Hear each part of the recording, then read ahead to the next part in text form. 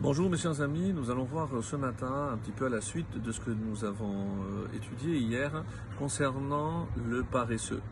Mais évidemment, on peut être paresseux, mais on a quand même des envies. Et est-ce que malgré tout, pour apaiser ses envies, il va quand même se bouger, il va agir pour assouvir donc ses besoins ou même pas. Et on va voir le contraste donc avec le tzaddik. On peut résumer d'une certaine façon en sachant que le Hatzel ou le Racha ne pense qu'à prendre, qu'à assouvir, qu'à lui, de manière égoïste, alors que le tzaddik pensera avant tout aussi au don. On n'est pas venu dans ce monde uniquement pour prendre, mais on est aussi venu pour donner. C'est ce que nous allons voir ce matin donc avec le roi Salomon. On est arrivé au verset 26, toujours dans le chapitre 21, qui dit « Kol hayom hit avata ava » tout le jour, hit avata ava, pour ne pas faire cette redondance, il désire un désir, on va dire il est en proie au désir. Et la suite, vetzadik yiten velo yarsor. Mais, et c'est pour ça qu'on traduit par un mais, pour montrer bien le contraste avec le début, mais le juste, yiten velo yarsor, donne sans épargner. Et c'est une façon de traduire lo yarsor, c'est-à-dire il pense à donner. Et une autre explication aussi très intéressante du Malbim, c'est que quand le juste il donne de la tzedaka, eh ben c'est comme s'il avait une garantie que ce n'est pas parce que tu vas donner que tu vas manquer. Au contraire, lo yarsor, il ne te manquera rien, c'est pour ça que c'est au futur, lo yarsor. Donc ici, il donnera et ce n'est pas pour autant qu'il manquera. C'est comme si Hachem lui promettait, plus vous allez donner, plus vous allez vous occuper de mes nécessiteux, et bien plus je m'occuperai de vous. Alors pour revenir donc au Hatzel, au fainéant, ou qui est toujours en proie au désir, où est-ce qu'on a vu cette expression? Et c'est précisément dans Bamidbar, dans le livre de Bamidbar, le chapitre 11, le verset 4, Vehasafsouf asher bekirbo hit avuta ava. Et donc, cette multitude qui était en son sein, au sein du peuple juif, hit avuta ava. En fait, ils ont créé le besoin d'avoir un désir. Et ça, c'est malheureusement souvent lorsque nos Chachamim nous disent à quoi je reconnais quelqu'un qui ne peut pas être considéré comme un tzaddik parce qu'il a toujours besoin de plus. Même lorsqu'il a obtenu, on a déjà vu cette notion-là, même lorsqu'il a obtenu quelque chose, eh ben, il cherchera maintenant à assouvir autre chose.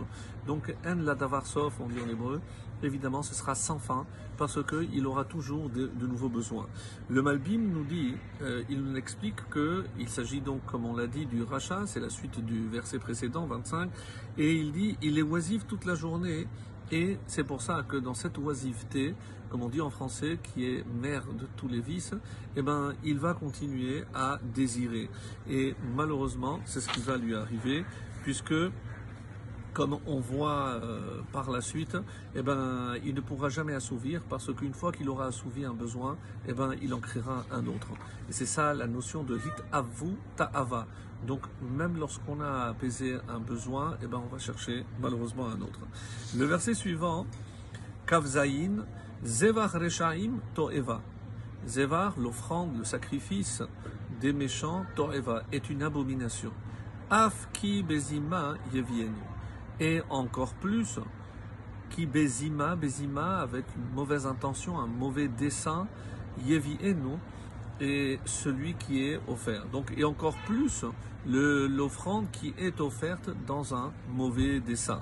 Alors, ici, on va expliquer, c'est car le but du korban, il ne faut pas oublier que c'est à nous apprendre peut-être à donner. C'est parce qu'on a fauté, c'est-à-dire on a pensé à prendre, alors la réparation c'est par le don.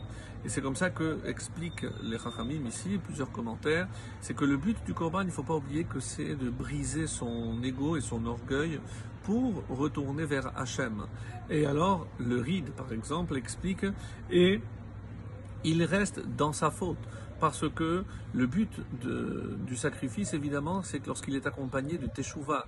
Donc, on veut nous dire par là que ce n'est pas sans réparation. Il peut faire teshuva même après un comportement pareil.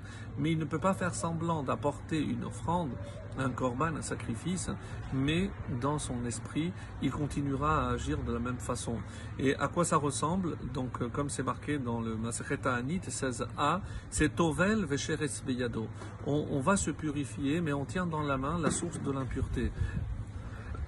Évidemment, ça ne changera rien, même si je reste en apnée dans un mikvé le plus pur possible, mais si la source de l'impureté reste dans ma main, ça ne changera rien. Et bien ici, quelque part, c'est la même explication. La source d'impureté dans le cœur, tant que je n'ai pas purifié mon cœur, c'est-à-dire je vais changer mon action, mon attitude, et bien malheureusement, ça ne changera pas. C'est ce qu'il dit. Alors avec le produit de son vol, ou alors pourquoi c'est une abomination?